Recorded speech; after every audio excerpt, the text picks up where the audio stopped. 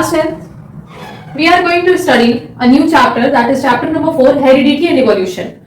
But first of all, we need to understand that the evolution part of this chapter has been introduced by CBSE board.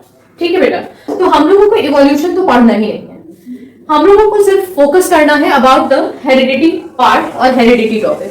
Heredity का मतलब क्या होता है? तो सबसे पहले आप लोग से थोड़ा सा लास्ट चैप्टर के बारे में डिस्कशन कर लेते हैं. लास्ट चैप्टर हमारा था हाउ टू ऑर्गेनिज्म रिप्रोड्यूस, मतलब कि कोई भी ऑर्गेनिज्म रिप्रोड्यूस कैसे करता है. ठीक है, तो रिप्रोड्यूस करना है, करता है, ये उस लास्ट चैप्टर में हम लोगों ने पढ़ा. But the main thing is what do we mean by reproduction. तो रिप्रोडक्शन का मतलब ये समझ में आया था कि जो भी ऑर्गेनिज्म ही करेगा डेफिनेटली, कोई भी ऑर्गेनिज्म जो अपने ही जैसा और भी सारा प्रोडक्शन कर सकता है या फिर अपने ही जैसा एक और ऑर्गेनिज्म का फॉर्मेशन कर सकता है. साथ ही साथ हम लोग ये भी देखे थे कि रिप्रोडक्शन में जो भी ऑर्गेनिज्म का फॉर्मेशन होता है, रिप्रोडक्शन 2 टाइप्स के होते हैं, पहला ए सेक्शुअल और दूसरा सेक्सुअल. तो जो सेक्सुअल रिप्रोडक्शन टाइप होता है, सेक्सुअल रिप्रोडक्शन टाइप में ये होता है कि जब भी 2 पेरेंट्स वहां पे इन्वॉल्व होते हैं, ठीक है, 2 पेरेंट्स इन्वॉल्व होते हैं तो एक ऑर्गेनिज्म का या फिर रेयर केसेस में अदर देन मोर ऑर्गेनिज्म, 1 ऑर्गेनिज्म का फॉर्मेशन होता है, दैट इज अनदर केस. लेकिन जो ऑर्गेनिज्म का फॉर्मेशन होता है वो कुछ फीचर्स, उसके कुछ कैरेक्टरिस्टिक्स या ट्रेट्स मैच भी करते हैं उसके पेरेंट्स से, या फिर अपना भी कुछ इंडिविजुअलिटी या फिर कुछ यूनिक फीचर्स को अपने भी ले आता है. और साथ ही साथ ये सारी चीजें ट्रांसमिट कैसे होती हैं from the parents to the offspring, ये सबसे बड़ी बात हम लोग इस चैप्टर में या फिर इस पोर्शन में, इस चैप्टर के हम लोग कवर अप करेंगे. So first of all we need to understand what do we mean by heredity and what is the definition of heredity. Okay, so here we will understand the continuity.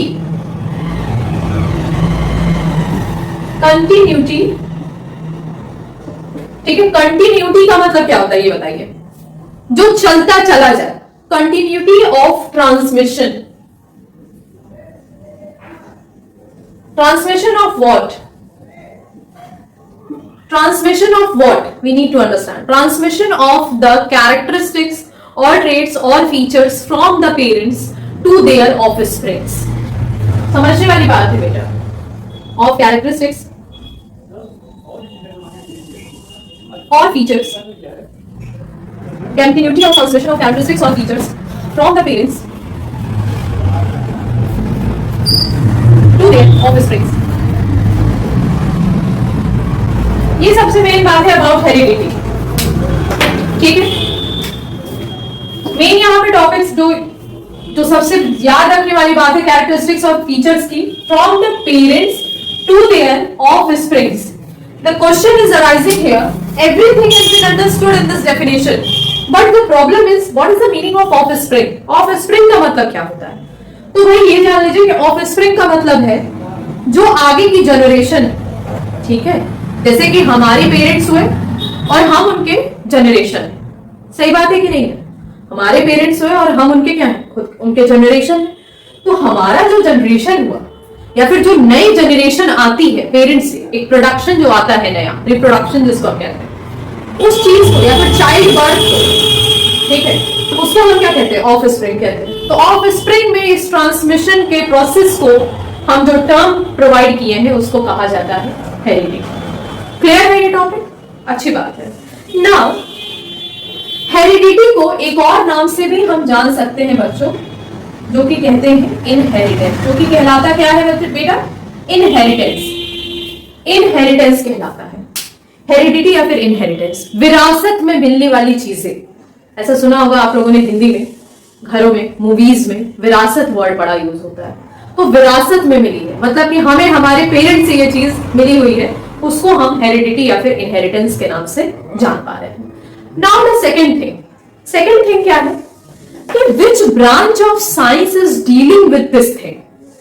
जो branch of science इस बारे में आपको study करवाती है या फिर बताती है, जैसे कि हम लोग पढ़ते चले आते हैं कि ब्रांच ऑफ साइंस है तो इसकी वजह से जो केमिकल साइंसेस के बारे में पढ़ाती है तो हम ये पढ़ते हैं बहुत सारी, जैसे प्लांट्स के बारे में पढ़ रहे हैं, प्लांट्स के अंदर जो भी स्ट्रक्चर उसके बारे में पढ़ रहे हैं, एनाटॉमी, टैक्सोनॉमी, ये सारी चीजें. तो that is the branch of science which is dealing with the particular topic. तो ये जो टॉपिक है हेरिडिटी, जो टॉपिक है वो कौन सा ब्रांच ऑफ साइंस है जो डील करता है? तो दैट इज द जेनेटिक्स. हम लोग जैसे बोले कि सब इंपॉर्टेंट टर्म्स के बारे में हम लोगों को देखना है बेटा, तो जो सब इंपॉर्टेंट टर्म्स है यहाँ पे आप बोर्ड के ऊपर देख सकते हैं कि करीब 12 पॉइंट्स हमने यहाँ पे लिखा हुआ है आपके लिए, और उसको अगर आप ध्यान से देखें तो नंबर 1 ट्रेट के बारे में बताया, नंबर 1 टर्म के बारे में जो बताया जा रहा है दैट इज इनहेरिटेड ट्रेट्स। ठीक है, क्रोमोसोम है, variation, gene, gametes, alleles, dominant gene, recessive gene, genotype, phenotype, homozygous, heterozygous, ये सभी टर्म्स रिलेट करते हैं आपके एक ही टॉपिक से that is heredity. Now we need to understand each one of the term very clearly. Inherited traits का मतलब यहाँ पे एकदम जो लिखा हुआ है उसी से हम लोग समझने का प्रयास करेंगे। द कैरेक्टरिस्टिक्स और ट्रेट्स स्लैश लगा हुआ है, traits which are transmitted from parents to their offspring. एकदम सीधी बात है, ट्रेट्स मतलब होता है कैरेक्टरिस्टिक, फीचर। अब यहाँ पे क्या है, इनहेरिटेड ट्रेट्स के बारे में। तो ट्रेट्स भी दो तरीके के होते हैं, अभी फर्दर जब हम लोग इस चैप्टर में बढ़ेंगे तो देखेंगे 2 टाइप्स ऑफ ट्रेट्स। पहला ट्रेट यहाँ पे पहले से लिख दिया गया है, इनहेरिटेड ट्रेट्स। जो दूसरा होता है वो नाम मैं बता दे रही हूँ, आप अंदाजा लगा सकते हैं, दैट इज एक्वायर्ड ट्रेट्स। तो फर्दर जब हम लोग आगे जाएंगे बेटा तो उसको देखेंगे। फिलहाल आप देखिए इनहेरिटेड ट्रेट्स के बारे में। इनहेरिटेड ट्रेट्स का मतलब ये है कि कोई भी कैरेक्टरिस्टिक या फिर ट्रेट जो कि पेरेंट्स या ऑफस्प्रिंग में क्या हुआ है, ट्रांसमिट हो गया है, पहुंच गया है, उस ट्रेट को या फिर उस कैरेक्टरिस्टिक को हम लोग नाम देंगे inherited trait. That is clear. Number 2, chromosome. Chromosome term आप पहले भी पढ़ चुके हैं, क्लास 9th में आपने चैप्टर पढ़ा था सेल। ठीक है, उस सेल वाले चैप्टर में आपने ये भी एक सेल ऑर्गेनेल में देखा था क्रोमोसोम। क्रोमोसोम क्या होता है बेटा, न्यूक्लियस के अंदर होता है क्रोमैटिन फाइबर के फॉर्म में। जब फिर इसके सेल डिवीजन फर्दर में जाता है तो क्रोमोसोम एक स्ट्रक्चर बन जाता है इस तरीके से। ठीक है, इस तरीके से क्रोमोसोम का फॉर्मेशन हो जाता है। सिस्टर क्रोमैटिड्स के फॉर्म में ये मिलती हैं, हमें सिस्टर क्रोमैटिड्स के फॉर्म में ये मिलती हैं। इसी को क्रोमोसोमल स्ट्रक्चर कहा जाता है। थ्रेड लाइक स्ट्रक्चर होते हैं। ये क्या करते हैं, present in the nucleus of a cell. यही क्रोमोसोम कैरी कर रहे होते हैं और कैरेक्टरिस्टिक को लेकर जाते हैं। फर्दर हम लोग और इनके बारे में अच्छे से स्टडी करेंगे।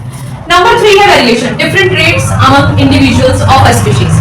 हम लोग सभी लोग ह्यूमन स्पीशीज हैं, हमारे अंदर अलग अलग तरीके के ट्रेट्स हैं। ठीक है, आपके अंदर कुछ क्वालिटी होगी, हमारे अंदर कुछ क्वालिटी है, कोई थर्ड पर्सन होगा उसके अंदर कुछ और क्वालिटीज होगी। तो मतलब सबके अपने अपने यूनिक फीचर्स और यूनिक क्वालिटीज हैं, उसको हम कहते हैं वेरिएशन। मतलब अलग अलग देख सकते हैं, जिससे किसी इंडिविजुअल को हम क्या कर सकते हैं, आइडेंटिफाई कर सकते हैं। तो देखिए, एक तो नेचर का होता है, दूसरा होता है कि बाय फेस भी हम सबको क्या कर सकते हैं, आइडेंटिफाई कर सकते हैं, रिकॉग्नाइज कर सकते हैं अलग अलग। ऐसा तो नहीं है सबका सेम फेस है। तो बेटा जो अलग अलग की बात हो रही है उसी को हम लोग कहते हैं वेरिएशन। ठीक है, नंबर 4 आ गया। नंबर 4 क्या है, जीन है। जीन क्या होता है, a unit of inheritance forming part of a chromosome. It's a section of DNA found on chromosomes. Gene वो चीज होती है बेटा जो कि हम लोग बहुत ही कॉमनली जानते हैं कि ये जीन है। जीन पहले फैक्टर के नाम से जाना जाता था। मैं आपको बता दूं, जब मेंडल ने इसके बारे में स्टडी करना शुरू किया था तो जीन का जीन नाम नहीं था, उस टाइम पे इसको बोलते थे फैक्टर। प्लीज याद रखिए, मेंडल ने बात करी थी। ठीक है, तो जीन वो चीज होती है, एक यूनिट ऑफ इनहेरिटेंस है। मतलब कि एक छोटी सी छोटी भी चीज जो हमारे अंदर है, कैरेक्टरिस्टिक या फीचर बनी हुई है, वो किस फॉर्मेट में पेरेंट्स ऑफ स्प्रिंग में जा रही है, तो उसको हम लोग जीन कहते हैं। Very nice, very good. Gametes, आप पढ़ते चले आ रहे हैं गैमीट्स के बारे में फ्रॉम क्लास 6 में जब आप प्लांट के रिप्रोडक्शन के बारे में, प्लांट्स के बारे में, फ्लावर के बारे में जब आपने पढ़ा था तो भी आप गैमीट जानते थे बेटा। 7th में आए तो भी आपने गैमीट का नाम सुना। सेक्स सेल्स कहा जाता है, चाहे जर्म सेल्स भी कहा जाता है, दैट इज गैमीट। मेल और फीमेल गैमीट्स अलग अलग होते हैं जो कि रिस्पॉन्सिबल करते हैं for the process of reproduction. Very good. Next आया, काइंड ऑफ अ सेल है, definitely kind of a cell है, सेक्स सेल्स भी कहा गया है। ये जो सिंबल आप देख रहे हैं ये मेल के लिए सिंबल यूज करते हैं और ये वाला सिंबल हम लोग फीमेल के लिए यूज करते हैं। आगे फर्दर हम लोग करेंगे, इसलिए मैंने पहले ही बता दिया। और अगर आप चैप्टर नंबर 3 पढ़े हुए हैं अच्छे से, हाउ डू ऑर्गेनिज्म रिप्रोड्यूस, तो 100% ये सिंबल्स आप पहचानते होंगे। नेक्स्ट है अलिल्स। अलिल्स क्या होते हैं, तो अलिल्स वो होते हैं, एलिल्स आर, अब ये जो 6, 7, 8, 9, 10, 11, 12 जो टॉपिक्स लिखे हुए हैं वो ये टर्म्स आप तभी समझ पाओगे बहुत बेहतर तरीके से जब मैं आपको मेंडल के लॉज के बारे में पढ़ाना शुरू करूंगी। ठीक है, तो फिलहाल इन टॉपिक्स के बारे में आप जान जाइए, पढ़ लीजिए, थोड़ा ध्यान दे दीजिए बेटा। Alleles are alternate forms of a gene और a pair of a matching genes. अब क्या है ना कि हम लोग यहाँ पे जब लॉ पढ़ेंगे तो यहाँ पे हम लोग देखेंगे कि एक पेरेंट है और सेकंड पेरेंट है, तो इन दोनों पेरेंट्स के अलग अलग फीचर्स को जब हम लेंगे तो उन फीचर्स को हम किसी लेटर से या फिर किसी सिंबल से सिंबलाइज करेंगे। उस सिंबलाइजेशन को अलग अलग पेयर में हम लोग लेंगे, मेल पेरेंट का अलग लेंगे, फीमेल पेरेंट का अलग लेंगे। उस चीज को हम, रिप्रेजेंटेशन को हम अलिल्स बोलेंगे। ठीक है, फर्दर हम लोग पढ़ लेंगे इस चीज को। Dominant gene, recessive gene. देखिए डोमिनेंट मतलब तो ऑलरेडी समझ में आ रहा है, डोमिनेंट मतलब जो चीज हावी होती है, ऐसे इंग्लिश वर्ड है कि डोमिनेंट, ठीक है, सिंपली हमको समझ में आ रहा है इंग्लिश टर्म से, जो चीज हावी हो जाती है। हावी हो जाने का मतलब यहाँ पे डोमिनेंट जीन के बारे में देखिए, देखा the gene which decides the appearance of an organism even in the presence of an alternative gene। ये ऐसा जीन है डोमिनेंट जीन जो कि अपनी अपीयरेंस दिखाता ही है एक ऑर्गेनिज्म के अंदर, भले ही उसके जगह पे एक और जीन प्रेजेंट है, फिर भी वो अपना ही महत्व, अपना ही इंपॉर्टेंस अपीयरेंस में दिखने देगा। That is known as dominant gene. Number 8 is recessive gene, जो कि डोमिनेंट जीन का ही दो पार्ट आया है, यहाँ पे दो काइंड्स आए हैं, एक रेसेसिव जीन आ गए। तो gene which can not express itself in the presence of dominant gene is called recessive gene. तो बेटा एकदम जस्ट ऑपोजिट बात होगी डोमिनेंट जीन की। रेसेसिव जीन वो जीन होती है जो कि अपनी क्वालिटी, अपनी चीजें रिप्रेजेंट नहीं कर पाती है। क्यों नहीं कर पाती है? Due to the presence of dominant gene. Fine, good. Now 9th and 11th 12th हमने एक्सप्लेन नहीं करा है, रीजन है उसके पीछे। जीनोटाइप, फिनोटाइप, ठीक है, होमोजाइगस, हेटेरोजाइगस, ये सारे टॉपिक्स, ये जो चारों टॉपिक्स हैं, चारों टर्म्स हैं, उनको हम लोग बेहतर तरीके से तभी समझ पाएंगे जब हम लोग मेंडल के लॉ को अंडरस्टूड करेंगे। फाइन, तो यहाँ पे आपके सामने एक नाम लिखा हुआ है, ग्रेगर जोहान मेंडल, क्योंकि 1900 में इसके बारे में स्टडी स्टार्ट करे थे। ठीक है बच्चे, जब उन्होंने स्टडी स्टार्ट करी तो वो ये समझना चाहते थे, बल्कि वो बाय प्रोफेशन एक मंक थे, बड़े ही पुअर फैमिली से बिलोंग करते थे, मंक थे, एक चर्च में प्रीस्ट की तरह बिहेव करते थे, लेकिन साथ ही साथ जो उन्होंने पढ़ाई करी थी वो मैथमेटिक्स की करी थी। ठीक है, लेकिन जो रिसर्च किया उन्होंने, उसके लिए उनको नोबेल प्राइज भी दिया गया। जो रिसर्च किया वो बायोलॉजी में करा, और एक बहुत ही बड़े टॉपिक पे करा बायोलॉजी के, जिसका नाम है जेनेटिक्स। ठीक है, किस ईयर में किया बेटा? तो उन्होंने करा 1900 में ये काम अपना ले आए दुनिया के सामने। लेकिन उस टाइम पर भी दुनिया जो है वो इस चीज को एक्सेप्ट करने के लिए रेडी नहीं थी, क्योंकि बाय स्टडीज, बाय डिग्रीज उनके पास मैथ्स की थी, है ना, और वो जो अपना रिसर्च, जो स्टडी दिखा रहे थे, प्रेजेंट कर रहे थे, वो बायोलॉजी में था। तो ये बात हजम नहीं होती है, आज की भी डेट में लोग हजम नहीं कर पाते बात कि मैथ्स का एक पर्सन कैसे बायोलॉजी या फिर केमिस्ट्री पे बात कर सकता है। चलिए, केमिस्ट्री तो एक काइंड ऑफ थिंकिंग भी है, बायोलॉजी पे कैसे बात कर सकता है? बायोलॉजी का पर्सन केमिस्ट्री और फिजिक्स, केमिस्ट्री तो ठीक है, चलिए साइडलाइन करिए उसको, फिजिक्स पे कैसे डील कर, मतलब बात कर पाता है, ठीक है, बट कर सकता है। स्किल की बात है, क्यूरोसिटी की बात है। वही ग्रेगर जोहान मेंडल के अंदर इस स्टडी से आप देखने को पाएंगे कि वो कितना बड़ा लॉ और कितनी बड़ी बातें बता गए अपने इस स्टडी से। ठीक है, हम लोग देख रहे हैं बेटा 1900 में उन्होंने ये काम किया कि कैसे from one generation to other generation traits का ट्रांसमिशन हो रहा है, और उन्होंने एक प्लांट चूज किया इस बात को करने के लिए। ह्यूमन बॉडी नहीं चूज कर सकते थे, क्योंकि ह्यूमन बॉडी चूज करने में उनको लंबा समय देखना पड़ता। अब साल भर में तो एक बेबी का बर्थ हो सकता है, that is fine, but the thing is कि जब तक वो बच्चा बड़ा होगा, पूरा एक टाइम बीते जाएगा, है ना, उसको देखने में। अब वो जब तक एडल्ट एज में पहुंचेगा 18 ईयर्स, तब तक उसमें कैरेक्टरिस्टिक्स और फीचर्स नजर आते रहेंगे कि कभी अपने पेरेंट्स, कभी अपने मदर की तरह लग रहा है, कभी अपने फादर की तरह लग रहा है, या फिर कभी अपने और भी फैमिली मेंबर्स की तरह उसके चीजें दिखाई पड़ रही हैं। तो ये करना ह्यूमंस के अंदर थोड़ा मुश्किल था, तो उन्होंने एक प्लांट चूज किया जिसका नाम था pea plant. Pea plant that is also known as by the name of Pisum sativa.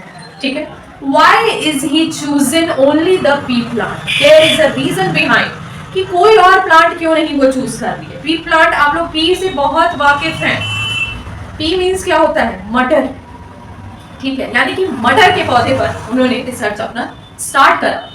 अब रीजन यहाँ पे हम लोग देखेंगे कि क्या रीजंस थे और कौन कौन से कैरेक्टरिस्टिक्स उन्होंने चूज किया पी प्लांट का, ये बताने के लिए कि भाई from one generation to another generation जो ट्रेड्स ट्रांसमिट हो रहे हैं वो कैसे नजर आएंगे, कौन कौन से आगे चल के जनरेशन में नजर आएंगे, ये बातें ग्रेगर जोहान मेंडल ने पी प्लांट की हेल्प से बताया।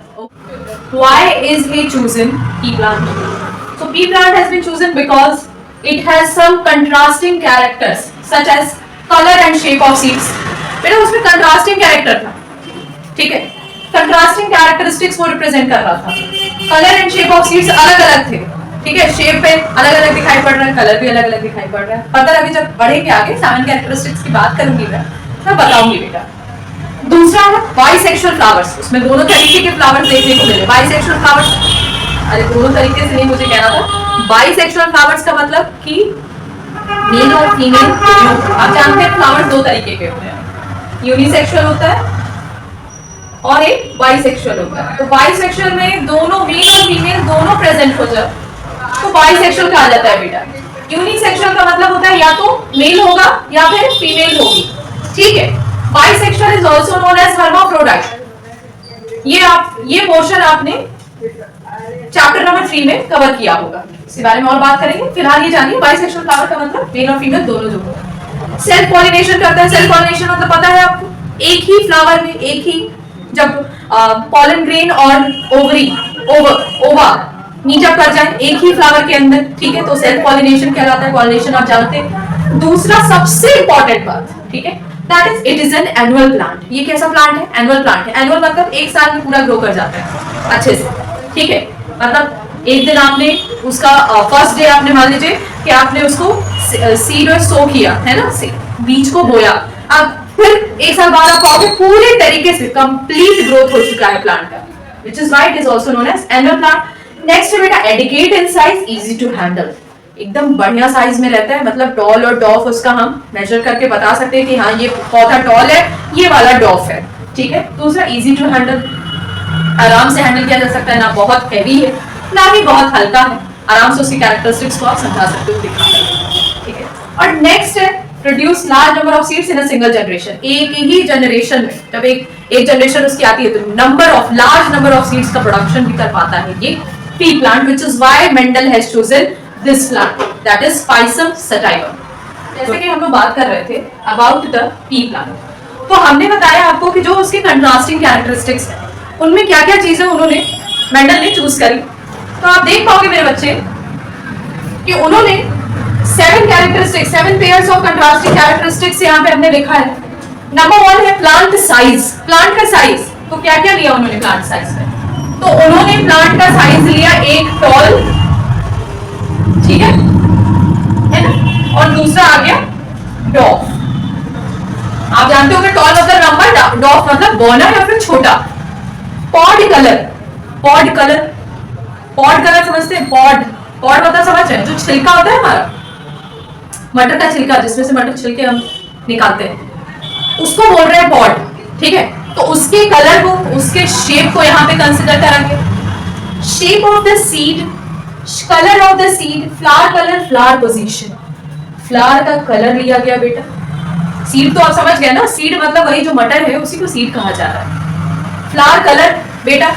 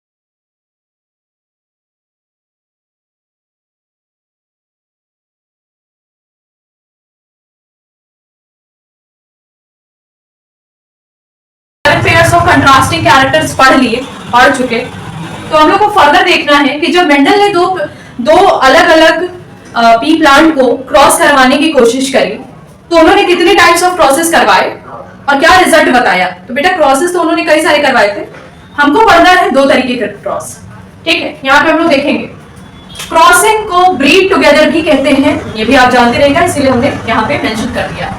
अच्छा, जो दो तरीके की क्रॉसिंग के बारे में उन्होंने बताया वो देख लीजिए।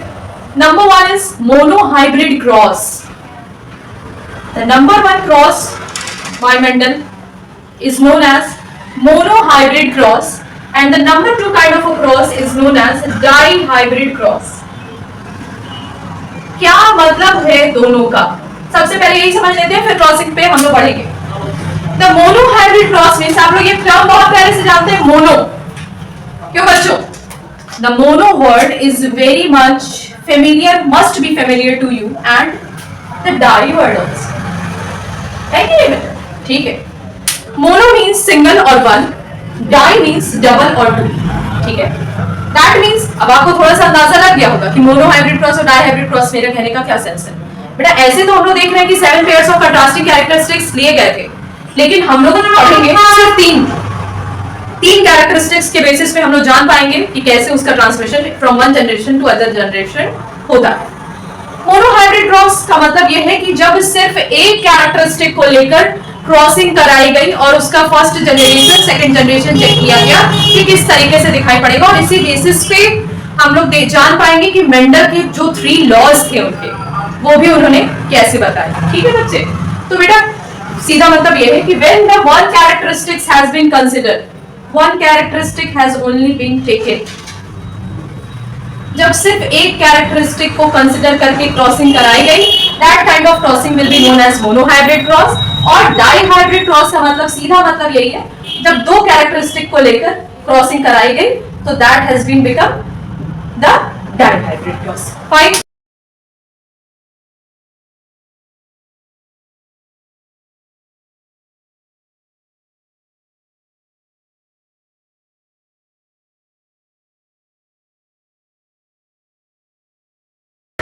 As in, मैंने आपको बता रखा है cross between two parents representing contrasting forms of a single trait और feature is known as monohybrid cross.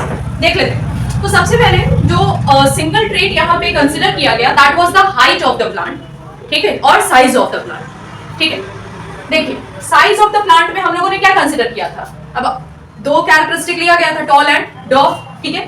तो वो उसको बेटा जो टॉल और डॉफ के बीच में जो हम लोगों को क्रॉस दिखाना है बच्चों, वो हम लोग ऐसे तो दिखा नहीं सकते कि टॉल ले लिया, डॉफ ले लिया, क्रॉस कर दिया, मल्टीप्लाई कर दिया और कुछ रिजल्ट उसका आ गया। इस चीज को हम रिप्रेजेंट कैसे करेंगे? तो आप क्लास 8th में एक बार पढ़ते हैं कि जब सेक्स क्रोमोसोम्स के बीच में क्रॉसिंग करवाई जाती है और उससे चांसेस चेक किया जाता है कि बॉय आने वाला है या फिर गर्ल आने वाली है, तो जो सेक्स क्रोमोसोम हम लोग लेते हैं वो पेयर्स में लेते हैं। आप जानते होंगे XX is for females and XY is for mails. Definitely ये पेयर लेने का एक रीजन है, क्योंकि क्रोमोसोम्स हमेशा पेयर्ड फॉर्म में रहते हैं ना।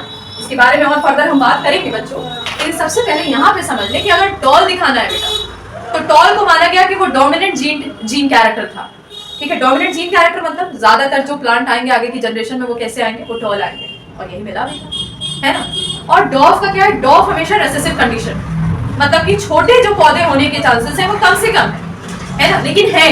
तो इस तरीके के जीन को हम क्या कहेंगे, रेसेसिव जीन, जैसा कि हमने बताया था आपको इसके पहले वाले टॉपिक में जब हम लोग पढ़ रहे थे इंपॉर्टेंट टर्म्स के बारे में। ठीक है, तो टॉल के लिए जो हम लोग यहाँ पे पेयर्स ले रहे हैं वो हम लोग ले रहे हैं capital T capital D, fine. और इसके क्रॉसिंग करवा रहे हैं, अब आप कहेंगे मैम DD ले सकते हैं, नहीं बेटा DD नहीं, स्मॉल t स्मॉल t। हाँ, यही तो समझने वाली बात है कि कैपिटल T और स्मॉल t, क्योंकि जीन के कैरेक्टरिस्टिक को हम दिखा रहे हैं तो किसी एक ही चीज से दिखाना पड़ेगा। हाइट एक ही कैरेक्टरिस्टिक है, दैट इज हाइट। तो हाइट की कैरेक्टरिस्टिक को आप लेटर सेम चूज करिए, लेकिन आप उसका अल्फाबेट क्या कर लीजिए, एक का बोल्ड कर लीजिए और एक का स्मॉल ले लीजिए। ठीक है, तो यहाँ पे हम लोगों ने ले लिया कैपिटल T और यहाँ पे हम लोगों ने ले लिया स्मॉल t स्मॉल t। अब इनके कैरेक्टर को हम मल्टीप्लाई करें। पहली बात समझ लेते हैं, इनको कहा जाता है जब पेयर्स में प्रेजेंट होते हैं किस कोई भी ट्रेट, तो उसको बोला जाएगा अलिल। ठीक है, दीज आर नोन एज अलिल्स। जैसा कि कल मैं बात कर रही थी आपसे कि मैं जब फर्दर आपको क्रॉसिंग पढ़ाऊंगी तो इसके बारे में बताया जाएगा आपको। लेकिन अलिल का एक प्रेजेंटेशन भी होता है, ठीक है।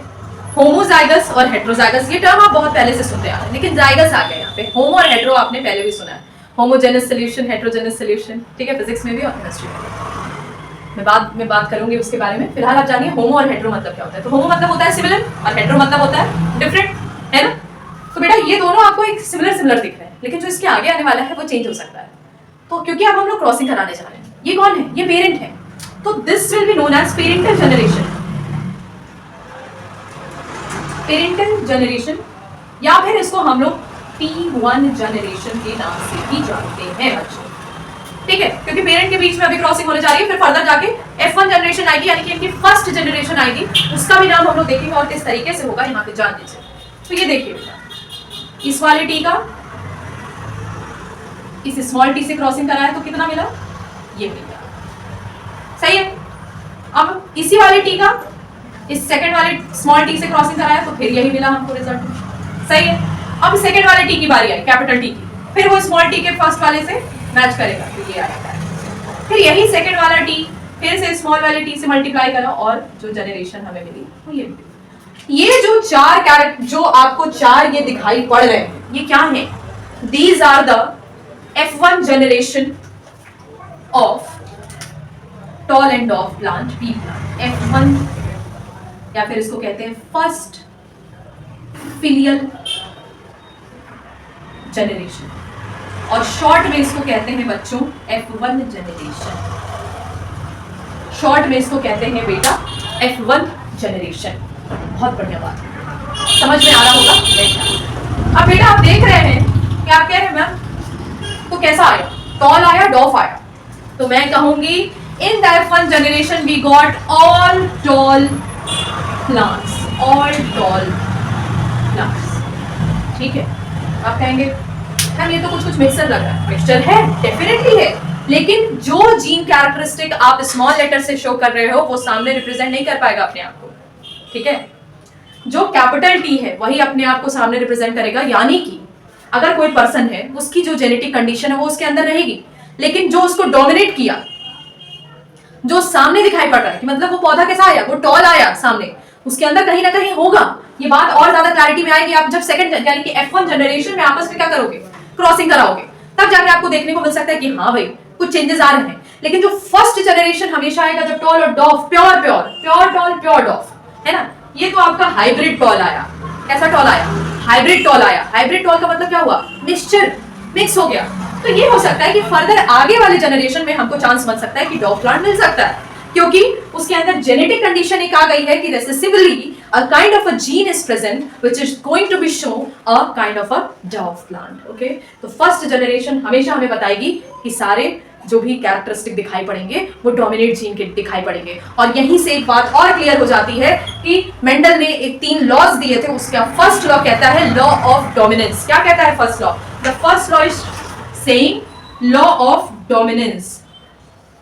याद रखने वाली बात है, law of dominance, that means जो भी जीन डोमिनेटिंग रहेगा उसी का कैरेक्टरिस्टिक हमें फर्स्ट जनरेशन में देखने मिलेगा, which is why the first law has been explained here by the help of the parental generation crossing, which is known as law of dominance, the first law of Mendel.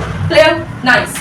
Okay, अब हम लोग थोड़ा सा second generation की भी बात कर लेते हैं कि कैसे सेकंड जनरेशन की क्रॉसिंग कराई जाए। आइए बच्चों यहीं पे देखेंगे तुरंत। बेटा मेरे हम लोग पाए हैं कि जो F1 जनरेशन आया है अब उसके बीच की क्रॉसिंग कराएं। बेटा F1 जनरेशन में सारे ही सिमिलर थे, तो कोई भी दो ले लेंगे, है कि नहीं, TT, TT, but what do you mean by TT? A capital T and a small t. Open कर लेंगे, ओपन कर, ठीक है, और क्रॉसिंग कराना शुरू करेंगे।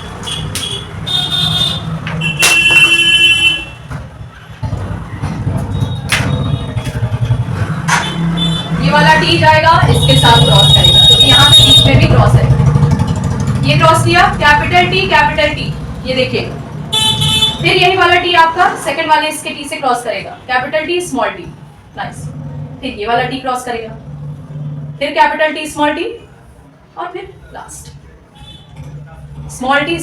Oh God, something has been found out. What? अब आप कहेंगे मैम यहाँ पे क्या होगा, यहाँ पे नहीं क्लियर हो रहा है भाई। बेटा ये जो जनरेशन आपको मिली है बच्चों, that is the F2 generation. और F2 generation again can be known as second filial generation. Full form है इसका, लिखने की जरूरत नहीं पड़ती है एग्जाम में, आप एग्जाम में डायरेक्टली लिख सकते हैं F2 जनरेशन, ठीक है। लेकिन ये है आपका सेकंड फीलियल जनरेशन और the F2 generation of the pea plant on the basis of their one characteristic known as height। अब यहाँ पे क्या हुआ, यहाँ पे ये हुआ कि भाई आपको 3 टॉल मिल गए और 1 डॉफ मिला। 3 टॉल 1 डॉफ। आप कहेंगे मैम जेनेटिक कंडीशन तो कुछ और कह रहा है। बेटा सामने से तो हमको यही दिखाई पड़ रहा है ना कि 3 टॉल प्लांट आए, तो हम लिखेंगे भाई, है ना। कल हमने एक टर्म लिखा था आपके सामने, phenotype and genotype. Last class में हमने एक टर्म लिखा था फिनोटाइप और जीनोटाइप।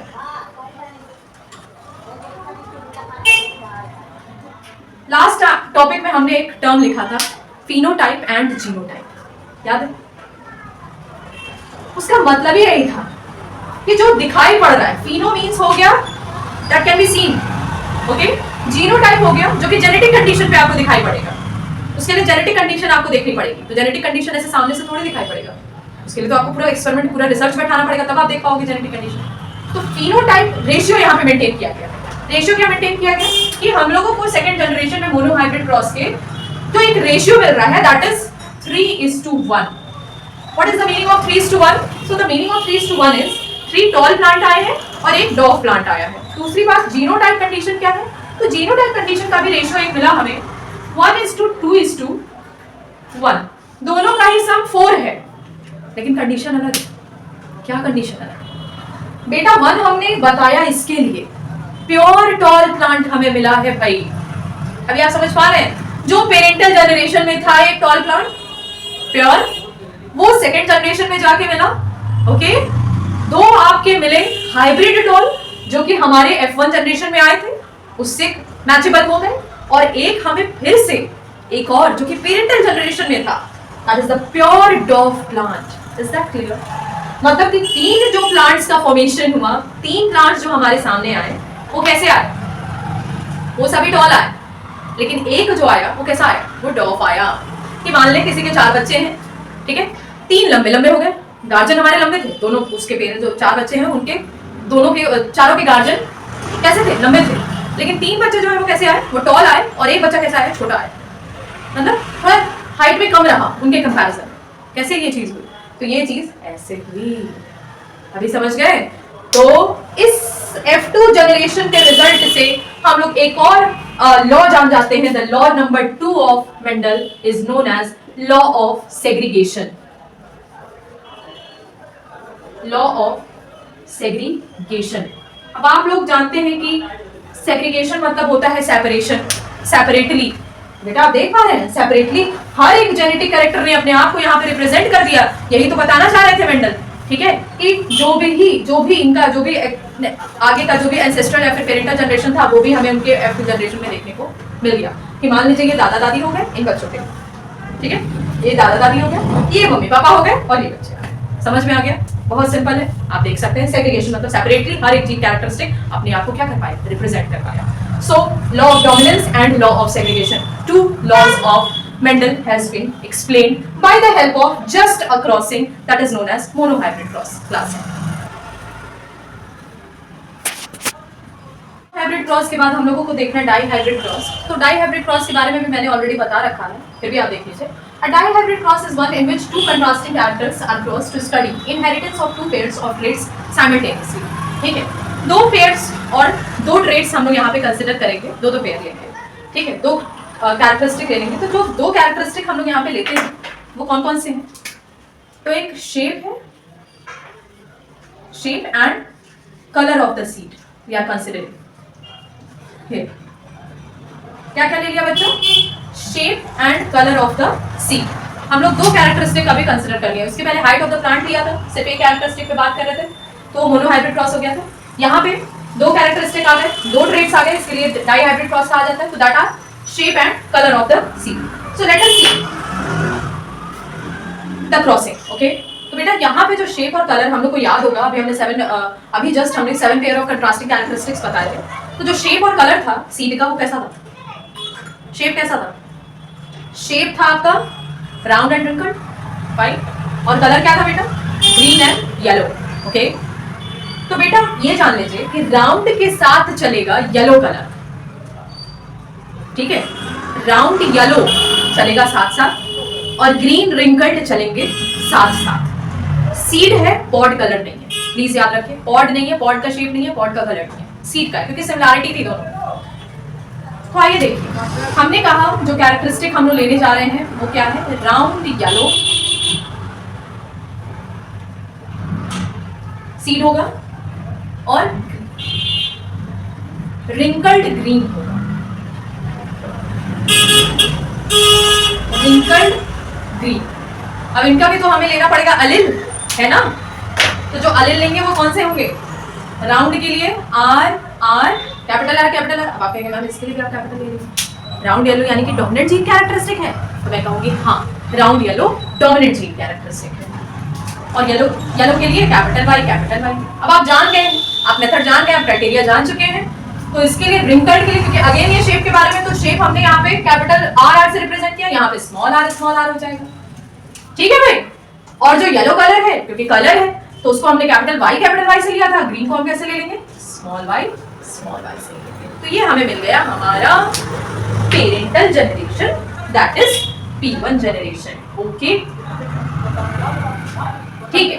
अब आप कहेंगे मैम मेल फीमेल आप एक भी बार नहीं बता रहे। बेटा आप कोई भी ले लीजिए, मैं इसको मान लेती हूँ कि ये मेल कैरेक्टर है, ठीक है, और ये वाला फीमेल कैरेक्टर है।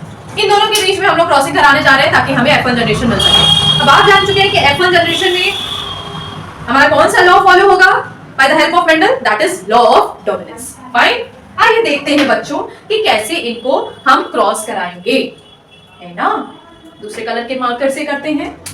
जो हम लोग यहाँ पे क्रॉसिंग कराएंगे तो ये तो फैक्टर ऑफ इनहेरिटेंस है, ये तो फैक्टर हो गया, लेकिन इनको पहले गैमीट के फॉर्मेशन में भी तो रखना पड़ेगा। तो इस तरीके से हम लोग ले लेंगे आर बाई और small R by.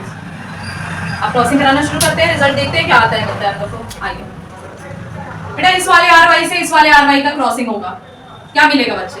Capital R small R, capital Y small Y. देखिए जनरेशन मिलना शुरू हो गई है। फिर इसी वाले का हम लोग सेकंड वाले से करवा देंगे, इधर वाले, और ये सेम हमें मिलने वाला है राउंड येलो। ओके, यहाँ पर भी वही है, देखते जाइए, राउंड येलो। यहाँ से कहानी एकदम समझ में आ जाएगी लॉ ऑफ डोमिनेंस की फर्स्ट जनरेशन हमेशा लॉ ऑफ डोमिनेंस को ही रिप्रेजेंट करता चला जाएगा। अगर आपको कर्सिव एफ में प्रॉब्लम है तो मैं नॉर्मल वाले एफ को कंसिडर करके यहाँ पे आपके साथ चलती हूँ, ठीक है। हम लोगों को मिल गया यहाँ पे सभी F1 जनरेशन में कैसे मिल गए? सीड का शेप और कलर राउंड येलो, लेकिन सारे ही हाइब्रिड होंगे। सारे ही कैसे होंगे बच्चे? हाइब्रिड होंगे बेटा। तो हमें मिला in the first generation round yellow seed. Okay, hybrid है, वो प्योर नहीं है, लेकिन कैसे राउंड येलो है। और यहाँ से फिर से F1 जनरेशन का डिसाइड हो गया कि वो कैसा देगा हमें, बार बार कैसा लॉ ऑफ डोमिनेंस देगा, ठीक है।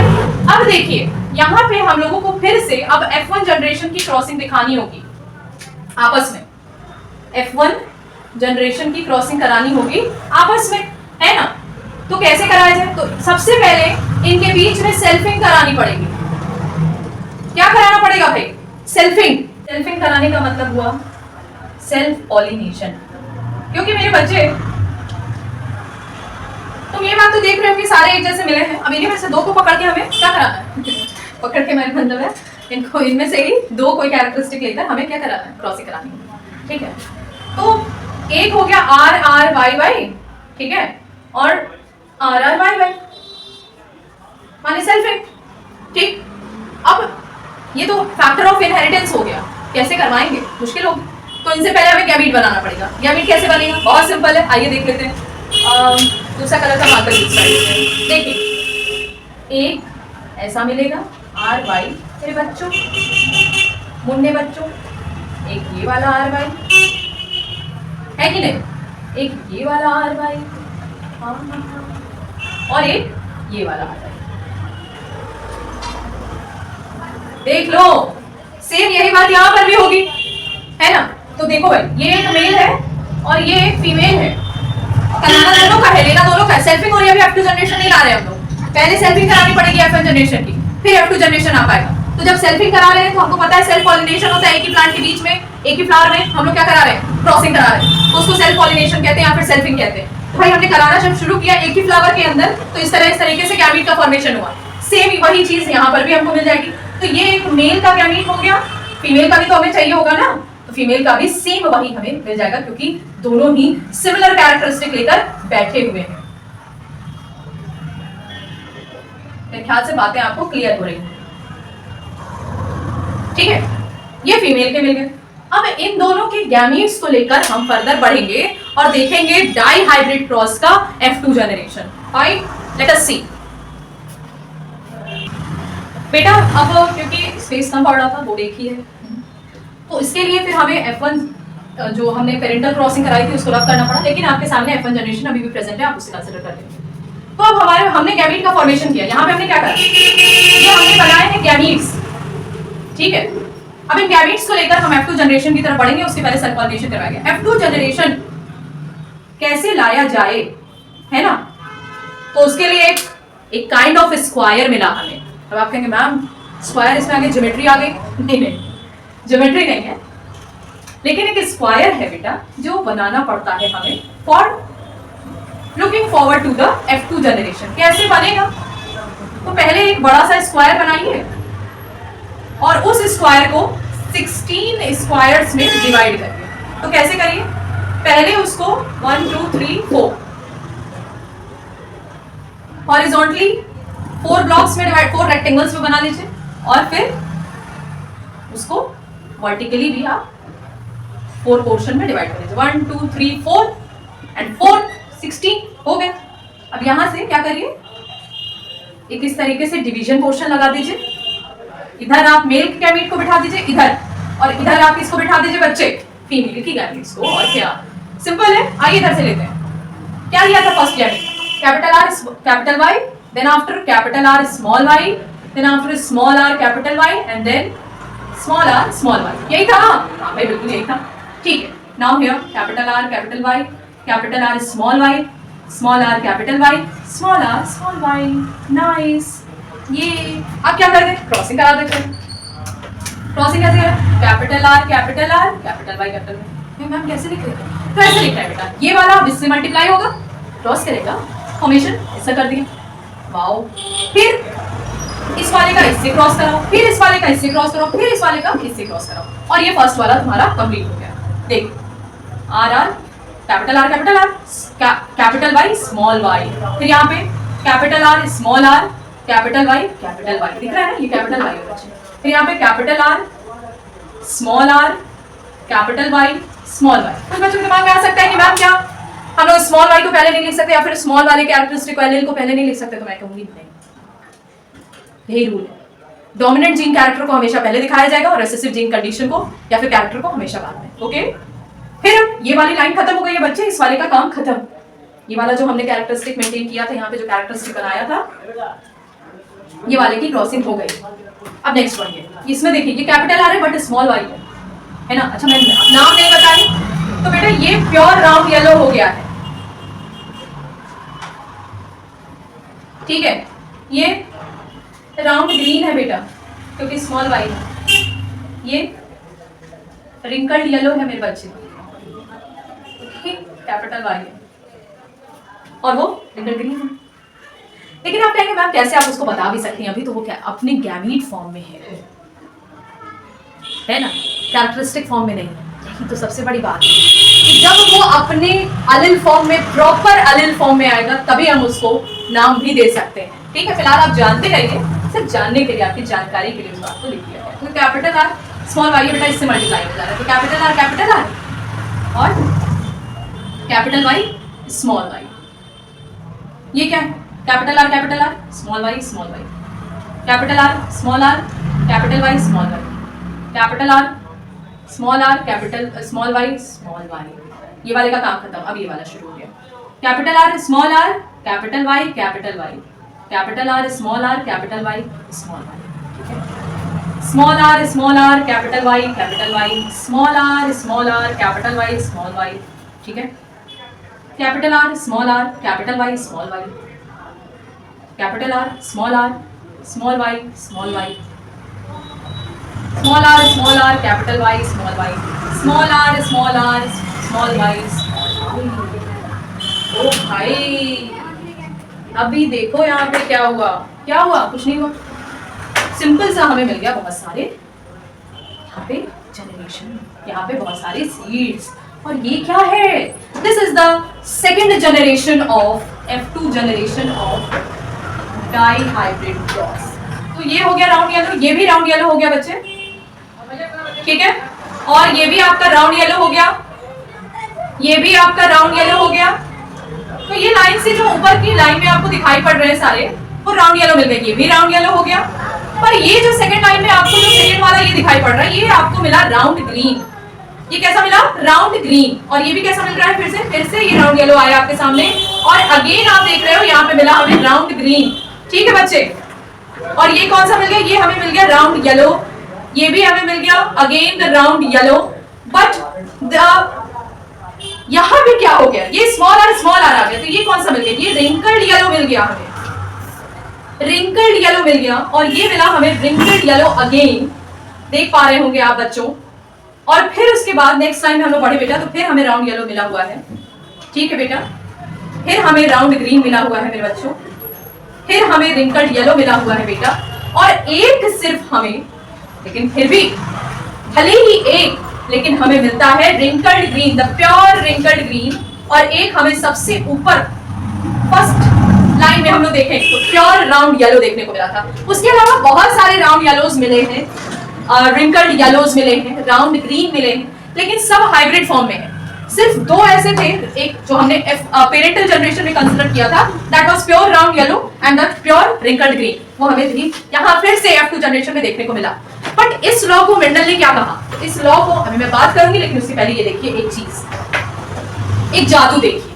क्या जादू, ये देखिए round yellow round yellow round yellow, ठीक। अब यहाँ देखिए जिधर जिधर ये लाइन जाएगी उधर उधर round yellow round yellow round yellow round yellow, है ना। फिर इधर ये लाइन स्टार्ट होगी राउंड येलो और यहाँ पे आके मीट होगी, ट्राइंगल का फॉर्मेशन हो रहा है। और जहां जहां ट्राइंगल की लाइन पहुंची है वो सभी कैसे है, राउंड येलो टाइप है। कैसे है, राउंड येलो टाइप है। तो टोटल कितने राउंड येलो मिले, तो आइए काउंट करते हैं, 1 2 3 4 5 6 7 8 9, correct. So 9 round yellow we got, 9 round yellow we got in the F2 generation of dihybrid cross. Then after let us see more. अभी और भी है, क्या देखिए, इसको दूसरे कलर के मार्कर से करते हैं। Wrinkled yellow wrinkled yellow wrinkled yellow, है ना। ये एक स्मॉल ट्राइंगल बना, है ना। और हमें क्या मिला, यहाँ से हमें मिला रिंकल्ड येलो, 3 रिंकल्ड येलो, ठीक है, 3 wrinkled yellow, again yellow but wrinkled. अभी और भी रह गया, 4 और रह गया। अभी आप कहेंगे मैम और भी रह गया, तो बेटा यहाँ देखिए हम लोग रेड मार्कर से ले लेते, मार्कर से ले लेते। तो बेटा आप देखिए स्टार बनाएंगे, round green round green round green, हमें 3 राउंड ग्रीन्स भी मिले हैं। ओके, हमें और क्या मिले हैं बेटा, हमें 3 राउंड ग्रीन भी मिले हैं बच्चों, 3 राउंड ग्रीन। और सिर्फ हमारे पास एक हमारे पास कैसा मिला, हमें मिला एक wrinkled green, 1 wrinkled green but pure, ठीक है बेटा। This square is known as Punnett square, this square, the name of this square is known as Punnett square, the name of this square is known as Punnett, यहाँ नहीं लिखते हैं, कहीं और लिखते हैं, यहाँ लिखते हैं पुनेट स्क्वायर। ओके, ठीक है, this square is known as Punnett square, जिसमें हम F2 जनरेशन दिखाते हैं किसका, ऑफ द डाइहाइब्रिड क्रॉस। और जो हमें कैरेक्टरिस्टिक मिले वो कौन से मिले, 9 3 3 1। और हमें यहाँ से एक जीनोटिपिक रेशियो, देखिए मैंने आपको लास्ट वाले जनरेशन, लास्ट वाले क्रॉसिंग में हमने ये नहीं बताया था आपको कि जो रेशियोज हैं उनको हम फिनोटाइप जीनोटाइप तो कहते ही हैं, रेशियो के नाम से भी उसको एक काइंड ऑफ बोला जाता है, फिनोटिपिक रेशियो और जीनोटिपिक रेशियो। तो यहाँ पे जो रेशियो हमें मिल रहा है वो कैसा मिल रहा है बेटा, वो मिल रहा है हमें 9:3:3:1 का, 9:3:3:1 का class 10 according to the CBSE syllabus, है ना। आपको सिर्फ डाइहाइब्रिड क्रॉस का सिर्फ फिनोटिपिक रेशियो के बारे में पढ़ाई करनी है। इसके जीनोटिपिक रेशियो को आप पढ़ते हैं फर्दर आगे बढ़ के इन क्लास 12, क्योंकि इसका जीनोटिपिक रेशियो बड़ा ही लंबा आएगा बेटा। अब 16 तरीके के आपको मिले, 9+3+3+1 कितने होंगे, टोटल 16 होंगे। 16 आपको टाइप्स ऑफ मिले हैं, और यहाँ से लॉ 3 क्लियर हो गया हमारा, लॉ 3 यहाँ से आ गया, and the law 3 of the Mendel is known as law of independent assortment. What does it mean? Law of independent assortment का मतलब क्या होगा? तो लॉ ऑफ इंडिपेंडेंट असॉर्टमेंट का मतलब ये हो गया कि हर एक गैमेटिक कंडीशन जो हमें यहाँ से मिली थी, वो हर एक गैमेटिक कंडीशन अपने आप को क्या कर पाई, इस F2 जनरेशन में खुद को क्या कर पाई, रिप्रेजेंट कर पाई in the form of round yellow, wrinkled yellow, round green and wrinkled green, जो मैं आपको यहाँ से बताने का प्रयास कर रही थी। ठीक है, तो यहाँ से हमें थर्ड लॉ मिल गया बेटा, जो मैं यहाँ लिख देती हूँ एक बार आपके लिए। The third law is been proved of Mendel, Frederick Johann Mendel, that is law of independent assortment, law of independent assortment। Independently हर कोई जीन कैरेक्टर या फिर गैमेटिक कैरेक्टर अपने आप को इस जनरेशन में, F2 जनरेशन में डाइहाइब्रिड क्रॉस के खुद को क्या कर पाया, खुद को रिप्रेजेंट कर पाया। ठीक है, this is the Mendel's law, और या फिर आप कह सकते हैं the crossing which I was trying to show you और टेल यू। ओके, ठीक है बेटा। अब इसके बाद जो कुछ पॉइंट्स हैं इस चैप्टर के अंदर जो हमें कंसिडर करना है या फिर पढ़ना है, तो वो है लॉज। आप थोड़े से लर्न कर लीजिए 1 2 3 नेम आप जानेंगे। The number 1 law is known as law of dominance, ठीक है, जो कि F1 जनरेशन में आपको मिलता है, मोनोहाइब्रिड क्रॉस के या फिर डाइहाइब्रिड क्रॉस के भी। वो यही है कि law of dominance, dominant gene अपने आप को दिखाएगा हमेशा F1 जनरेशन में, वही आएगा। फिर लॉ ऑफ सेग्रीगेशन हम लोग F2 जनरेशन से जान गए थे, किसके, मोनोहाइब्रिड क्रॉस के। सेपरेटली हर एक जीन कैरेक्टर अपने आप को वहां पे रिप्रेजेंट कर दिया, हर एक एलिमेंट्स में देखने को मिल गए। दूसरी बात आ गई आपकी डाइहाइब्रिड क्रॉस में, तो लॉ ऑफ इंडिपेंडेंट असॉर्टमेंट यहां से आपने सीख लिया, समझ लिया। ठीक है, अच्छा एक और चीज उस टर्म्स में से जो मैंने बताया था आपको इसके पहले, जो इसके पहले वाले टॉपिक में हम लोग डिस्कस कर रहे थे, तो एक और कैरेक्टरिस्टिक, एक और टर्म्स जो थे, होमोजाइगस और हेटेरोजाइगस, किसको कहा जाता है? तो बेटा जो अलिल है ना, जो अलिल है ना बेटा, वो जब अपने प्योर फॉर्म में है तो उनको होमोजाइगस बोल रहे हैं, कि जैसे RR प्रेजेंट है, YY प्रेजेंट है, या फिर कैपिटल T प्रेजेंट, तो ये होमोजाइगस हो गया। लेकिन हेटेरोजाइगस क्या हुआ जब इस तरीके से, अच्छा ये कैपिटल से हमने लिखा, स्मॉल भी होमोजाइगस है, ठीक है, ये स्मॉल भी होमोजाइगस है बच्चों। बेटा जब हेटेरोजाइगस हो गया बेटा, तो वो मिक्सचर हो गए, वो क्या हो गए, वो मिक्सचर हो गए, वो हाइब्रिड हो गए, तो उसको हेटेरोजाइगस कहते हैं। ओके, ये सारे टर्म्स की क्लैरिटी यहां से आपको मिल सकती है। Phenotypic, genotypic, phenotype, genotype, ratio, homozygous, heterozygous, alleles, inherited traits, genes को मेंडल ने फैक्टर बोला था, बता दे रहे हैं आपको। इसीलिए मैंने जब भी स्टार्ट करा तो हमने कहा बेटा ये तो एक इनहेरिटेंस फैक्टर है, तो फैक्टर मतलब जीन है, ठीक है। अब जीन में से हमको गैमीट निकालना पड़ेगा, तो गैमीट ऐसे ही रहेगा बच्चों, पेयर के फॉर्म में, ठीक है। तो ये आपका खत्म हुआ about the crossings which his Mendel has shown and about the laws which he has explained by the help of these crossings. Class 10 बेटा ये आपके इस चैप्टर का हेरिडिटी के लास्ट टॉपिक है, ठीक है। और हम लोग लास्ट टॉपिक पे आ गए हैं, जैसे कि हम लोग डाइहाइब्रिड क्रॉस के बारे में तो पढ़ लिए थे। अब जो लास्ट टॉपिक पे हम लोग आ गए हैं बच्चों, उसमें आपको दिखाई दे रहा है ट्रांसमिशन ऑफ ट्रेट्स, हमने लिखा। तो ट्रांसमिशन होता कैसे? अभी तक तो हम लोग पढ़ रहे थे कि क्या क्या ट्रेट्स जो है वो ट्रांसमिट होते हैं, किस तरीके से वो रिप्रेजेंट करते हैं खुद को by the help of monohybrid and dihybrid cross. ये बात हम लोग को क्लियर हो गई है, ठीक है। अब हम लोग ट्रांसमिशन, अच्छा आप कहेंगे मैम अगर F3 जनरेशन में जाए, F4 जनरेशन में जाए तो क्या होगा? तो बेटा उस क्रॉस को तो हम लोग यही कह सकते हैं कि वो जैसे कि मान लीजिए कि अभी हम लोग मोनोहाइब्रिड और डाइहाइब्रिड क्रॉस कराए थे। अगर 3 कैरेक्टरिस्टिक लिया जाएगा तो वो ट्राई हाइब्रिड क्रॉस हो जाएगा, 4 कैरेक्टरिस्टिक लिया जाएगा तो पॉली हाइब्रिड या फिर टेट्रा हाइब्रिड, और भी नंबर ऑफ नेम्स हो सकते हैं। मेरे कहने का सेंस ये है कि अगर हम इतना ही ट्रेट कंसिडर किया गया है, तो अगर हम लोग इतना ही ट्रेट कंसिडर कर रहे हैं तो कैसे हम और सारी चीजें बता सकते हैं कि F3 जनरेशन आया तो क्या हुआ, F4 जनरेशन आया तो और क्या हुआ? तो बेटा वही होगा, रेपिटेटिव वे में वही सारी चीजें नजर आने लगेंगी। अब आप कहेंगे, क्वेश्चन करेंगे मैम कैसे?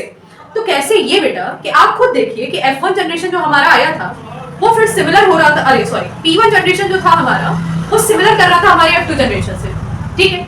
F1 जनरेशन जो है वो हमारा जो आया वो पूरे ऑल जो आ गए थे वो हाइब्रिड फॉर्म में सारे ही मिक्सचर मिल गए थे हमको हमारे पेरेंटल जनरेशन के। और फिर F1 जनरेशन में जब क्रॉसिंग कराया गया तो F2 जनरेशन आया, तो F2 जनरेशन जब आई तो उसमें आपको F1 जनरेशन का भी दिखाई पड़ रहा है सिमिलैरिटी, और आपको उसमें P1 जनरेशन भी नजर आ गई थी। तो इस बात से आप क्लैरिटी ले सकते हैं बच्चे कि अगर वो जैसे जैसे आगे बढ़ता जाएगा वो रिपीटेटिव वे में वैसा ही वैसा सिचुएशन नजर आने लगेगा। तो अब आपको थोड़ा सा प्रैक्टिकल एग्जांपल कर देते हैं इस बारे में कि कैसे ये बात साबित करी जा सकती है। तो बेटा जैसे कि अगर मान लीजिए कि हमारे जो पेरेंट्स हैं उनके तो कैरेक्टरिस्टिक हमारे बॉडी के अंदर या फिर हमारे फिजिकलिटी में या फिर हम कह सकते हैं कि टेक्निकली अंदर भी है ना, जो भी सारी चीजें वो सब उन्हीं के कारण आई हुई है। लेकिन बेटा कुछ ऐसी भी क्वालिटीज होती हैं जैसे पेरेंट्स ऐसा अंदाजा लगाते हैं या फिर फैमिली मेंबर्स हमारे अंदाजा लगाते हैं कि ये दादाजी के जैसा बिहेवियर है, ठीक है, या फिर ये बुआ जैसा बिहेवियर है, मौसी जैसे, फिर मामा जैसा, एटसेट्रा एटसेट्रा की मैं बात कर रही हूँ कि इन सभी लोगों से वो लोग क्या करते हैं, कनेक्ट करते हैं कि ये उनकी आंखें इनकी जैसे लग रही हैं, बल्कि पेरेंट्स नहीं है हमारे फिर भी उनकी जैसे लग रही है, कान इसके ऐसे हैं, चलने वलने का हाव भाव इसका ऐसा है, बिहेवियर ऐसा है, बोलने का तरीका ऐसा है, ठीक है। तो हम सिर्फ आपको ये बताने का प्रयास कर रहे हैं, कोशिश कर रहे हैं कि बेटा ये जनरेशन वाइज चीजें जो है वो रेसेसिव और डोमिनेंट कंडीशन में हमारे पेरेंट्स के अंदर है, हमारे फैमिली की, वो हो सकता है किसी ना किसी तरीके से ट्रांसमिट होकर हमारे अंदर भी आ रहे हैं। अब मैं ये बताना चाह रही हूँ ट्रांसमिशन होता कैसे, तो ट्रांसमिशन ऑफ ट्रेट्स हो रहे हैं, all traits transferred through genes, ठीक है। और जीन्स क्या होते हैं, तो genes are the units of heredity, unit of heredity. और हेरिडिटी मतलब आप ऑलरेडी जानते हैं कि उस चीज को कहते हैं हम कि जिस चीज से हम जान पाते हैं कि जीन का ट्रांसमिशन एक से दूसरे फॉर्म में, एक जनरेशन से दूसरे जनरेशन में हो रहा है बच्चों, ठीक है। अब बेटा जीन को लेकर कौन जाता है, दिस इज द क्वेश्चन। तो chromosomes are the carrier of genes. Carrier मतलब क्या होता है, कैरियर मतलब होता है कैरी करने वाला, ले जाने वाला, पहुंचाने वाला, कैरियर। अरे साइकिल में नहीं होती है तुम्हारे, कैरियर होती है ना पीछे, उसमें कुछ भी सामान लगा लेते हो या फिर कुछ भी रख लेते हो, तो that is the chromosome. Chromosome आप पहले से जानते आ रहे हैं।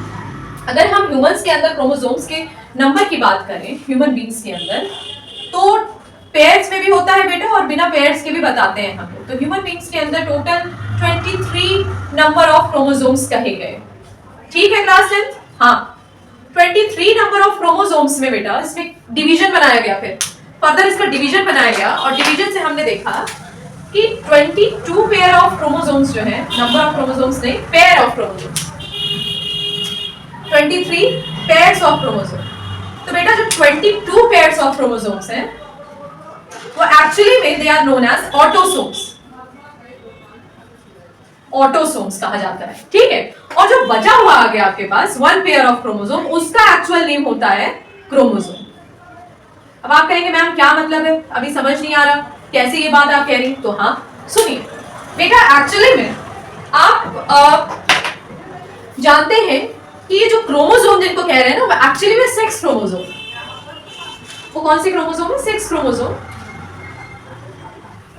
chromosome that helps in the process of reproduction, okay, and rest other chromosome are helps in the process of asexual reproduction. अभी वैसे अरे ना हम humans में कहाँ asexual reproduction होता है। तो बेटा सेक्सुअल रिप्रोडक्शन मतलब ये होता है कि जैसे कि आप लोग थोड़ा सा सेल जब पढ़ाया गया होगा तो बताया गया होगा मियोसिस और माइटोसिस के बारे में, cell division, kind of cell division. तो माइटोसिस सेल डिवीजन होता है कि मतलब उसमें क्या होता है कि हाफ नहीं होता है, डबल हो जाता है। लेकिन जो मियोसिस होता है उसमें सेल, जब सेल आगे की तरफ जाते हैं तो वो हाफ हो जाते हैं, नंबर हाफ हो जाते हैं। अभी मैं बता रही हूँ कैसे। लेकिन आप ये जान लीजिए कि 22 पेयर्स ऑफ जो क्रोमोसोम है, ये सेक्स क्रोमोसोम डिसाइड करता है कि जो आगे की जनरेशन आने वाली है वो बॉय होगा कि गर्ल होगा, एटसेट्रा होगा, ठीक है। लेकिन जो 22 पेयर्स ऑफ ऑटोसोम्स हैं वो डिसाइड करते हैं कि बॉडी का फीचर कैसा होगा, बॉडी के अंदर जो फर्दर डेवलपमेंट होगी वो कैसी होगी। That is the function of autosomes, okay. तो जो 22 पेयर्स हैं ये एक्चुअली में नंबर ऑफ क्रोमोसोम कितने हैं, 44। द नंबर इज 44, 22 पेयर्स लिखा ना हमने। और ये कितने बेटा, 1 पेयर, हर ह्यूमन बीइंग में 1 पेयर यानी कि 2 क्रोमोसोम होते हैं। अब अगर मेल है वो, तो मेल का कैसा हो जाएगा, XY, ओके। और अगर फीमेल है बच्चे, वो अगर फीमेल है तो वो कैसा हो जाएगा, XX। आप जानते हैं ये बात, ठीक है, आप पहले से पढ़ते हुए आ रहे हैं। तो that is the sex chromosome. अच्छा, हम आपको बता दें ऑटोसोम्स को सोमैटिक सेल भी कहा जाता है, सोमैटिक सेल, ठीक है। और क्रोमोसोम को, सेक्स क्रोमोसोम को हम लोग गैमेटिक सेल या फिर गैमीट्स भी कहते हैं, गैमेटिक सेल भी कहते हैं, ओके। जर्म सेल भी कहते हैं, ठीक है क्लास 10। और बेटा सेक्स सेल भी कहा जाता है, या फिर सेक्स क्रोमोसोम भी कह सकते हैं, या फिर बेटा आप गैमीट्स भी कह सकते हैं बच्चे,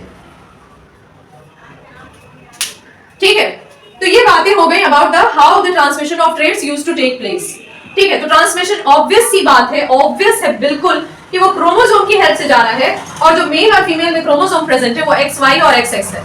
तो अगर यहीं से हम थोड़ा सा आपको क्रॉसिंग बताने की कोशिश करेंगे बेटा, तो मान लीजिए मेरे बच्चे कि XY मल्टीप्लाई हो रहा है XX के साथ में, ठीक है। मल्टीप्लाई का साइन किसी और से लगा दें ताकि डिफरेंशिएशन करा जा सके, हाँ ठीक है। क्रॉसिंग हो रही है मेल और फीमेल में, तो chance of the boy and girl क्या होगा, यहीं से सेक्स डिटरमिनेशन होता है। यहीं से नया टॉपिक एक निकल के आ गया, द सेक्स डिटरमिनेशन कैसे किया जाएगा।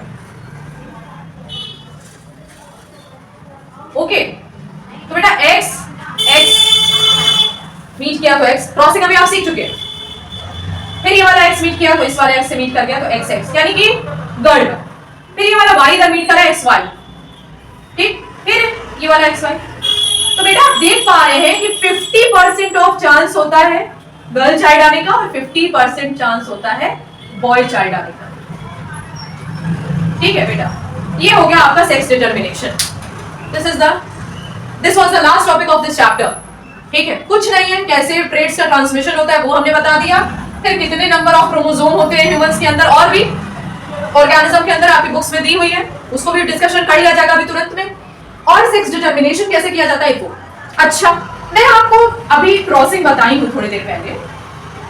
क्रॉसिंग का बच्चों में एक और मेथड में बताते चलते हैं यहाँ पे। बेटा जैसे कि हम लोग डॉल और डॉग में क्रॉस करवाए, तो जैसे ऐसे लेकर हम लोग क्रॉसिंग करा रहे हैं इस तरह से, कुछ बच्चों को डिफिकल्ट लगता है। तो मान लीजिए इसमें से एक मेल है बेटा, इसमें से एक फीमेल है, इसको भी पुनेट स्क्वायर जैसा ही कर लेते हैं, है ना। बट इसको 4 में डिवाइड करेंगे, 16 में नहीं। क्यों 4 में डिवाइड करेंगे, क्योंकि बेटा वहां पे नंबर ऑफ गैमेट्स ज्यादा थे, यहाँ पे सिर्फ 2 है, ठीक है। तो कोई मुश्किल नहीं होगी, इधर मेल वाले को बैठा लीजिए, इधर फीमेल वाले को बैठा लीजिए। टी कैपिटल टी और इधर स्मॉल टी। क्या आ गया बेटा, ये देखो फर्स्ट जनरेशन हमारी बन गई। So this is also the method to show the monohybrid और मोनोहाइब्रिड क्रॉस, ठीक है। अब ये आपका मिला, ये जो जनरेशन आपकी मिली ये F1 जनरेशन हो गई, ये F1 जनरेशन हो गई, ठीक है। अभी इसको F1 जनरेशन में हमें सारे एक जैसे मिले हैं, ऑल टॉल, ठीक है। अभी आप इसको चाहते हो कि F2 जनरेशन दिखाएं, तो बेटा F2 जनरेशन में भी यही कर लीजिए, चारों एक जैसे हैं तो उनमें से 2 कोई ले लीजिए और फिर उनकी क्रॉसिंग में दिखा दीजिए, एक मेल मान लीजिए एक फीमेल मान लीजिए। Capital T small t, capital T small t, तो ये कैपिटल T मीट करके प्योर डॉल बन गया, capital T small t meet करके हाइब्रिड डॉल बन गया, इधर भी हाइब्रिड डॉल बन गया, और ये कैसा बन गया, प्योर डॉग बन गया। समझ में आया। तो ये हो गया F2 जनरेशन। तो बेटा अगर उस तरीके से आपको डिफिकल्टी लगती है, इस तरह से क्रॉसिंग करवाने में डिफिकल्टी लगती है, तो this is also the type of crossing जो कि आप रिप्रेजेंट कर सकते हैं। आप कहेंगे मैम उसका भी जरा सब कर दीजिए, तो लीजिए उसका भी हो जाएगा आसानी से। इधर आप मेल बैठा लीजिए, इधर आप फीमेल बैठा लीजिए, ठीक है। ये XY हो गया बच्चे, ये XX हो गया बेटा, XX का कंडीशन आया, फिर XY का कंडीशन आया, फिर XX का कंडीशन आ गया, फिर XY का कंडीशन आ गया। Now from here also you can show 50% chance of the girl child birth and the 50% chance of the boy child birth, isn't it? Yes. So this is the whole about the chapter number 4 heredity of biology. अगर आप new book of biology के NCERT को देख रहे हैं, ठीक है, तो उसमें आप पाएंगे बेटा कि हेरिडिटी पे ही आपके खत्म कर दे रहा है चैप्टर, इवोल्यूशन के बारे में डिस्कस भी नहीं कर रहा है। तो इवोल्यूशन का मतलब थोड़ा सा मैं बता देती हूँ होता क्या है, क्योंकि थोड़ा सा जानना आपके लिए जरूरी है।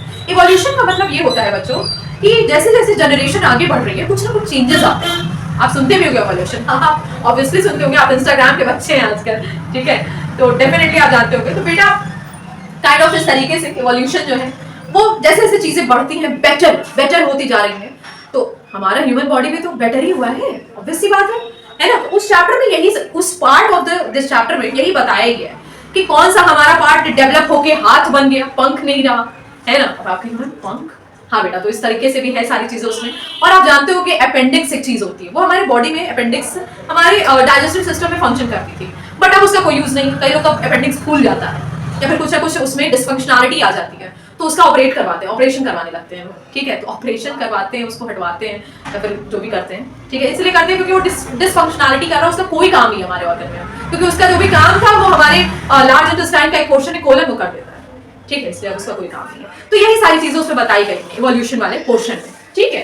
खैर ये चैप्टर आपका कंप्लीट हुआ। मैं थोड़ा सा और बता देती हूँ, सबसे मोस्ट इंपॉर्टेंट जो बोर्ड एग्जाम में आपके आने वाला है या फिर आता है by the help of this chapter, वो है यही हेरिडिटी।